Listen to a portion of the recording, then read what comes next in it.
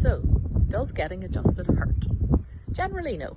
Most people it doesn't hurt. It's the same as if you click your fingers, you feel kind of a movement with your joint, and then a little pop is all you really feel.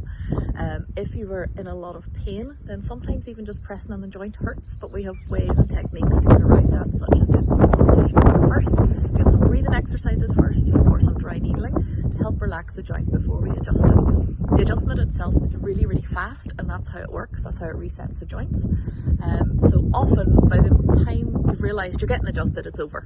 So it really, if it does hurt, it's for a split second, and then you feel the relaxation, you feel your body relaxing.